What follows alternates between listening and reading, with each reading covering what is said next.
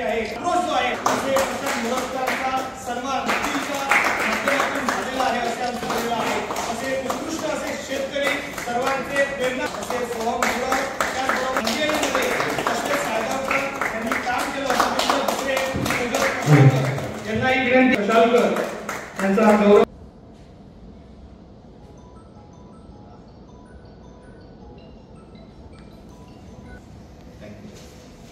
नवचेतना युवक संघ यांनी जे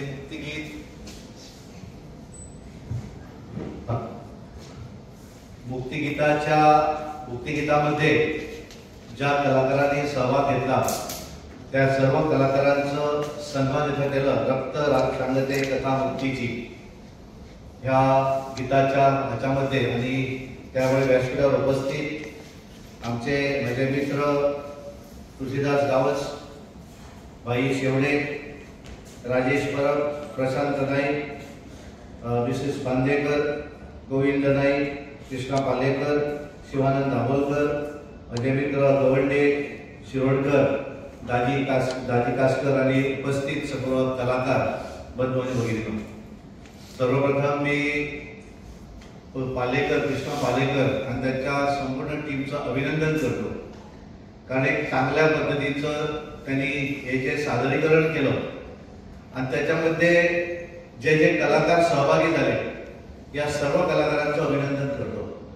कारण विशिष्ट एखादं कॉन्सेप्ट ज्यावेळेला आपण घेऊन जातो डॉक्युमेंटरी करण्यासाठी आणि त्यासाठी एकूण जे कलाकारांची जमाजमा करावी लागते आणि एकूण जर आपण बघितलं की सगळे हौशी आपापल्या गावामध्ये काम करणारे कलाकार आहेत आणि हे सगळे व्यवसायामध्ये सांभाळून काम करणारे कलाकार आहेत आणि त्यामुळे एकाला वेगवेगळा रोल कसा द्यायचा ह्यापासून सुरुवात आणि तोपर्यंत ते सक्सेसफुल करण्यासाठी लागणारं सगळं, कारण हे एखाद्यानं पैसा असला म्हणून होत नाही, पण हे करण्यासाठी एखादी जिद्द असावी लागते, संपूर्ण टीम असावी लागते आणि त्यामुळे नवचैतन्य हा हे जो आहे युवा संघ जो आहे ज्याचं नेतृत्व आपले कृष्णा पालेकर करतात आणि त्याची संपूर्ण टीम आणि त्यांना साथ देण्यासाठी त्यांची सगळी मित्रमंडळी आणि हे जर आपण बघितलं, कारण बऱ्याच जणांनी माझी जास्त प्रशंसा केली आणि जास्त प्रशंसा केल्यानंतर बोलण्यावर थोडा परिणाम होतोय। मी एवढा मोठा माणूस नाहीये,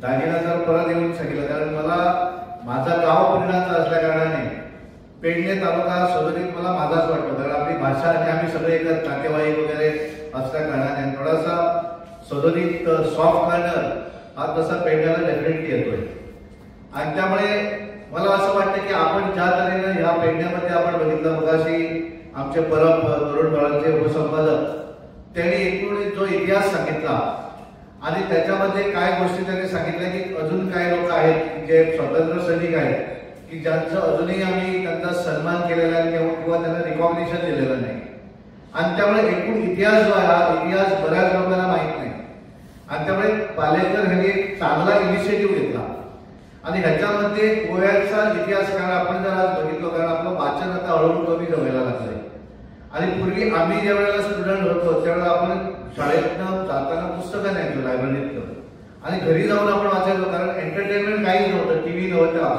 आणि त्यावेळी ऐकायला असला तर रेडिओ असायचा आणि तो पण 24/7 नसायचा आणि त्यामुळे वाचन आणि वेगवेगळे खेळ याच्याशिवाय पर्याय नव्हता। पण आज जे कॉम्प्युटर युग आलंय ह्याच्यामुळे वाचन पुष्कळ कमी झालेलं आहे आणि त्यामुळे आपल्या गोव्याचा इतिहास 1961 अगोदर जे झालंय स्वातंत्र्य, कारण आज जर आपण बघितलं 64 वर्षानंतर बऱ्याच जणांना अजूनही इतिहास माहित नाही। ज्या ज्या स्वातंत्र्य सैनिकांनी आपले हुतात्मे झाले त्यांनी ह्या गोव्यासाठी काय काय केलं त्याच्यामध्ये केवळ गोव्याची लोक होती असं नाही, जसं मगाशी आमच्या परब यांनी सांगितलं की राजस्थानचा पण स्वातंत्र्य सैनिक, कर्नाटकाचा स्वातंत्र्य सैनिक आणि त्यामुळे देशभर विविध राज्यात लोक आली, त्यांनी ठरवलं की गोवा हा स्वतंत्र व्हायला पाहिजे। 1947 साली आपला भारत देश स्वतंत्र झाला आणि त्यावेळेला जर ठरवलं असतं तर मला वाटतं अर्ध्या तासात गोवा पण स्वतंत्र व्हायला वेळ लागली नसती, पण अजूनही ते शल्य आपल्यामध्ये आहे की हो हे का झालं नाही, का असं केलं आणि त्यामुळे 13 वर्ष आम्हाला या पारतंत्र्यातनं पोर्तुगीजांच्या राजवटीतनं परत आपल्याला स्वातंत्र्य मिळण्यासाठी आपल्याला 13 वर्ष प्रतीक्षा पाहावी लागली आणि हे करताना अनेक स्वातंत्र्य सैनिक आणि खास करून पेडणे भागामध्ये वेगळा इतिहास आहे.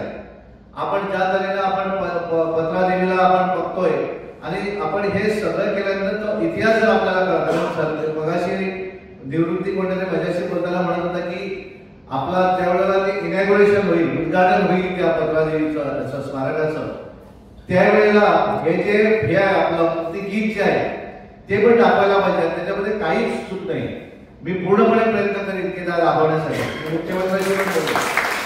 कारण त्याच्यामध्ये आपण मगाशी कोणीतरी बोलताना सांगितलं की आपण बऱ्याचदा पुस्तकातला इतिहास वाचला म्हणून आपल्याला तर सगळं समजत नाही. पण एखादं पिक्चर रूपाने, सिनेमा रूपाने असेल की डॉक्युमेंटरीच्या रूपाने असेल, ज्या वेळेला आपण तो प्रत्यक्ष बघतोय आणि त्यावेळेला ते अचूक आपल्या लक्षात राहतं. आणि त्यामुळे मगाशी जसं आपले गावसेवक सांगितलं तुळशीदास रावनी की मुख्यमंत्र्यांना सांगितलं आणि त्यांनी पण होकार दिला. आणि त्यामुळे शाळेतील विद्यार्थ्यांना ते दाखवणं हे अत्यंत महत्वाचं आहे. आणि त्यामुळे मला कारण याच्यामध्ये माझं कंट्रीब्युशन काही नाहीये, पण मला भाग्य मी माझं समजतोय स्वतःचं की मला या सर्व कलाकारांना सन्मानित करण्याचं भाग्य मला मिळालं. हे सर्वात महत्वाचं. कारण आपल्याला ह्या गोव्याविषयी, कारण आपला जो इतिहास आहे, कारण ह्या गोव्यामध्ये आपण बघतोय की 450 वर्ष या पोर्तुगीजांनी राज्य केलं आणि हे सगळे करून सुद्धा ज्या तऱ्हेनं आपली संस्कृती जी आहे ती अजूनही आपण टिकवलेली आहे. आणि त्याच्यामध्ये प्राधान्य कोंडा महाल असेल, या सगळ्या भागामध्ये आपला जो कल्चर आहे तो टिकवलेला आहे. आणि त्यामुळे विविध असे कलाकार, प्रत्येक क्षेत्रामध्ये वेगवेगळे कलाकार जे आहेत या पेडणेच्या भूमीमध्ये आहेत. मग तुम्ही कुठचंही हे घ्या, वेगवेगळं क्षेत्र जरी आपण घेतलं, एखादं घर बांधण्यासाठी जे आपल्याला हे लागतात ते सुद्धा अत्यंत चांगलं घर बांधणारे जर कोण असेल तर ते पेडणे तालुक्यातले असेल. अत्यंत चांगला कलाकार कोण असेल तर तो पेडणे भागातला असेल. अत्यंत चांगलं स्वादिष्ट असं खाणं करणारं कोण असेल तर तो पेडणे तालुक्यातला असेल. चांगल्या पद्धतीने लिहिणारं जर कोण असेल तर तो पेडणे तालुक्यामध्ये असेल. त्यामुळे एक वेगळेपणा हा डेफिनेटली आपल्या ह्या पेडणे तालुक्यामध्ये आहे. आणि त्यामुळे अत्यंत चांगली गोष्ट, कारण हे नवचैतन्य युवा संघ जे आहे यांनी विविध असे वेगवेगळे कार्यक्रम करत असेल किती वर्ष, पण त्याच्यामध्ये त्यांनी एक चांगलं जे कार्य केलेलं आहे की हे जे मुक्तिगीत जे आहे, हे मुक्तिगीत हे आपलं डॉक्युमेंटरीच्या माध्यमातून त्यांनी रिलीज केलं. म्हणजे आमचे गोविंद गावडे आपले मंत्री आहेत, त्यांनी पण चांगल्या प्रमाणे त्यांना सहभाग पण दिलाय. आणि शेवडे साहेबांसारखे, कारण ज्यांनी अत्यंत गोव्याच्या वेगवेगळ्या नाटकामध्ये त्यांनी चांगल्या पद्धतीची संगीतमय अशी ही वेगवेगळ्या त्यांनी पात्र केलेली आहे. आणि अशा लोकांची सर्वांची साथ त्यांना मिळालेली आहे. आणि हे करताना एखादं काम केल्यानंतर ते सर्वांना कळायला पाहिजे. आणि त्यामुळे चांगल्या पद्धतीचे पत्रकार, आपले निवृत्ती असेल, गवंडी असेल किंवा बाकी पत्रकार असेल, आमचे परब असेल, या सर्वांनी त्यांचा प्रचार आणि प्रसार करण्याचं काम जे आहे ते पण त्याच पद्धतीने केलं आहे. कारण एखादं ज्यावेळेला आपण काम चांगलं करतोय ते काम लोकांपर्यंत पोहोचायला पाहिजे.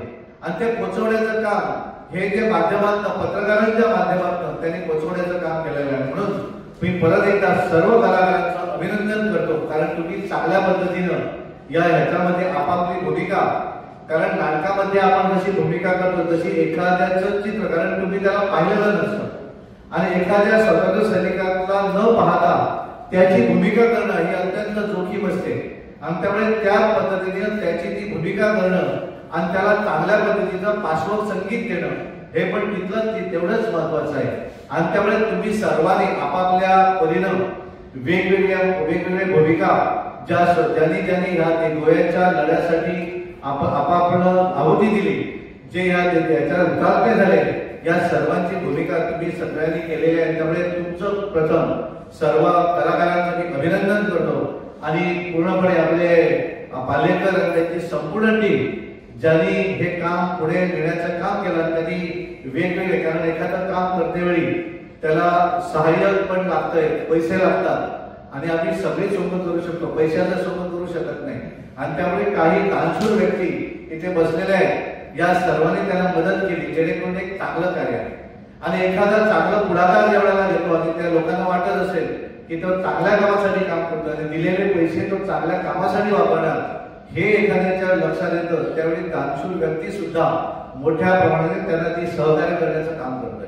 आणि त्यामुळे कृष्णा पालेकर आणि त्यांची संपूर्ण टीम यांच्यावर त्यांनी दाखवलेला विश्वास कारण या संपूर्ण दानशूर व्यक्तींना माहित होतं की आम्ही जर जर त्याला काहीतरी दान केलं असेल तर कृष्णा पालेकर आणि त्यांची संपूर्ण टीम जी आहे ती ते चांगल्या कामासाठी वापरणार आणि म्हणून त्यांनी हा कार्यक्रम जो आहे एकूण हे मुक्तिगीत जे आहे हे सक्सेसफुल होण्यासाठी सर्वांचाच हातभार लागलेला आहे. त्यामुळे मी परत एकदा तुम्हाला सर्वांचं अभिनंदन करतो आणि मला खास करून इथं बोलावलं आणि माझ्या हस्ते तुमचा सर्वांचा सन्मान केला आणि त्यामुळे मी माझं भाग्य समजतो. खास करून तुळशीदास आणि गवंड हे दोघे पण माझ्याशी बोलले पाहिजे, त्यांनी यायला पाहिजे.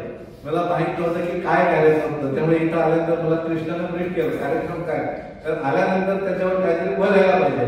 आणि त्यामुळे मी इथे येईपर्यंत मला माहित नव्हतं की मी पुढच्या कार्यक्रमाला सांगितलं आहे. परत मी पणजीला होतो आणि त्यामुळे मी इथं आल्यानंतर माझ्याबरोबर संकल्प आपण पण आला आणि मग तुळशीदासला वाटलं की मी काहीतरी बोलायचं असेल तर मला काहीतरी माहिती पाहिजे. मग त्याने कृष्णाला बोलवलं. कृष्णाने मला ब्रीफ केलं की सर असंच आहे. खरंच मी मनापासून तुझं अभिनंदन करतो, कारण एक तुम्ही चांगलं कार्य या पेडण्यामध्ये केलेलं आहे, ज्याचा फायदा आपल्या संपूर्ण गोव्यातील विद्यार्थ्यांना, मुलांना, लोकांना होणार आहे. कारण आपण बऱ्याच जणांना तुम्ही जर विचारलं असेल की ह्या मुक्ती संग्रामाची माहिती बऱ्याच लोकांना नसते, कारण आपल्याला बऱ्याच लोकांना काय, कारण आपल्याला चुकीचा इतिहास आम्ही जास्त हे केलेला असतो आणि त्यामुळे चांगल्या पद्धतीनं आपल्याला ही माहिती सगळ्या गोवेकरांना पोचणार, गोव्यातून बाहेरच्या लोकांना पण. कारण लोकांना आमचा गोवा जरी छोटा असला तरी गोव्या संदर्भात संबंध जगभर एक वेगळं आकर्षण आहे. आम्ही बघतोय, आम्ही देवळाला दिल्लीमध्ये सांगतो की गोव्याचं आहे, त्यामुळे त्यांना पण वाटतंय की गोवा म्हटलं तर एक वेगळेपणा ते आम्हाला बघतात. आणि हे सगळं असून सुद्धा आज आम्ही जर बघितलं म्हणजे 450 वर्ष आपल्यावर ह्या पोर्तुगीजांनी राजवट केली आणि ही करून सुद्धा आपण आपली संस्कृती टिकून ठेवलेली आहे. आणि म्हणून आज आपण बघतोय, मी बऱ्याच जणांना सांगतोय दिल्लीमध्ये सुद्धा की शिगमोत्सव जो असतोय म्हणजे होळी ही संबंध देशामध्ये 2 दिवसाची होळी असते, पण आपल्या गोव्यामध्ये ही होळी सुरू होते ती आपल्या गुढी पाडव्यापर्यंत चालते. म्हणजे 15 दिवस वेगवेगळे कार्यक्रम आम्ही ज्या तऱ्हेने बघतोय, म्हणजे आपल्या प्रत्येक गावामध्ये वेगळा कार्यक्रम, मग ते साळातले गळे असेल किंवा सत्तरीमध्ये माणसाला आतमध्ये करून फक्त डोकं त्याचं वर ठेवायचं असेल, असे विविध कार्यक्रम.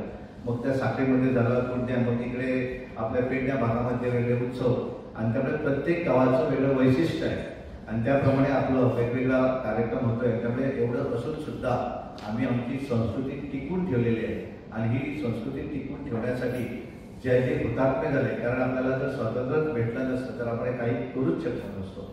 आणि त्यामुळे आम्ही सरोदी गोव्याच्या लोकांनी आपल्या देवाला प्राधान्य दिलेलं आहे. म्हणजे आपलं देव सुखरूप व्हायला पाहिजे आणि म्हणून तिथे मिळेल तिथं त्या देवाला घेऊन त्या भागामध्ये लोक जाऊन स्थायिक झाले. देव तिकडे आपला केला, खास करून बार्देस तालुका असेल, सालसेत तालुका असेल, तिसवाडी तालुका असेल, या ह्याच्यामध्ये तालुक्यामध्ये असलेली देवळं विविध भागामध्ये, पेडणे तालुका असेल, कोंढा तालुका असेल, पिचोली तालुका असेल किंवा वरती जो सगळा भाग जो आहे सावर्डे, ह्या सगळ्या भागामध्ये देवी. आणि त्यामुळे आम्ही आमची संस्कृती आमच्या पूर्वजांनी टिकून ठेवलेली आहे आणि म्हणून बऱ्याचदा आम्ही बघतोय की गोव्याचा माणूस तुम्हाला धन्यवाद देतो आणि माझं